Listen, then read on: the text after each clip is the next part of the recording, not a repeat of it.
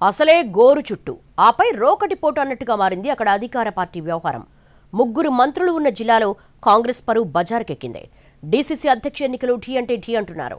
చివరకు CM Revanth Reddy okay చెప్పినా నాయకుడు కూడా నాకేది గ్యారంటీ అని ఎందుకు మొత్తుకోవాల్సి వచ్చింది? సమన్వయపరచాల్సిన మంత్రుల మధ్యనే సమన్వయం లేదా? ఎక్కడుందా పరిస్థితి? కరీంనగర్ జిల్లా కాంగ్రెస్ లో సంస్థాగత ఎన్నికలు చిచ్చురేపాయి. జిల్లా అధ్యక్ష పదవికి నగర కాంగ్రెస్ ప్రెసిడెంట్ పోస్టుకు ఎన్నికలు నిర్వహించేందుకు సిద్ధమైంది అధినాయకత్వం. 2 పోస్టులకు భారీగా దరఖాస్తులొచ్చాయి. అభిప్రాయ సేకరణ కోసం పరిశీలకులు ఎంటర్ అయ్యాక మొదలైంది అసలు సీన్. పరిశీలకుల ముందు బల ప్రదర్శన చేశారు ఆశావహులు. దీంతో సంస్థాగత ఎన్నికల ప్రక్రియ కాస్త సమరంగా మారింది. చివరికి అబ్జర్వర్స్ అందరినీ బయటకు వెళ్లమని చెప్పాల్సొచ్చింది. అయితే పార్లమెంట్ ఇన్ఛార్జి వెలిచాల రాజేందర్రావు బయటకు వెళ్లగానే గేటుకు తాళం వేయడంతో వివాదం మరింత ముదిరింది. అంతా బయటకు రాకుండా తాళం ఎలా వేస్తారని ఫైర్ అయ్యారాయన. తాళం పగలగొట్టే ప్రయత్నం చేయడంతో పోలీసులు ఎంటర్ అవ్వాల్సొచ్చింది.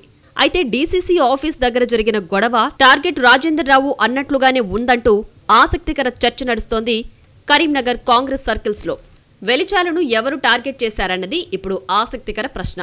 ఖాళీగా ఉన్న కరీంనగర్ అసెంబ్లీ ఇన్ఛార్జి పోస్టు కోసం కొంతకాలంగా భారీ పైరవీలు సాగుతున్నాయి. పార్టీ పెద్దలు మాత్రం వెలిచాల వైపు మొగ్గు చూపారట.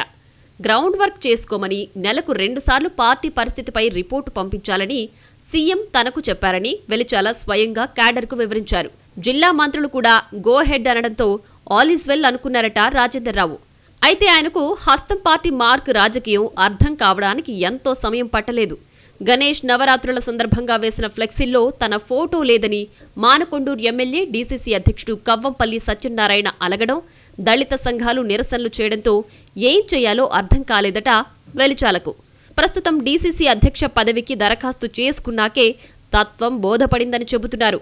2 మంత్రులు తమ అనుచరులతో జిల్లా అధ్యక్ష పదవికి అప్లై చేయించారని, వారే వెనక ఉండి వెలిచాలకు చెక్ పెట్టేందుకు పావులు కదిపారనే టాక్ నడుస్తోంది జిల్లాలో.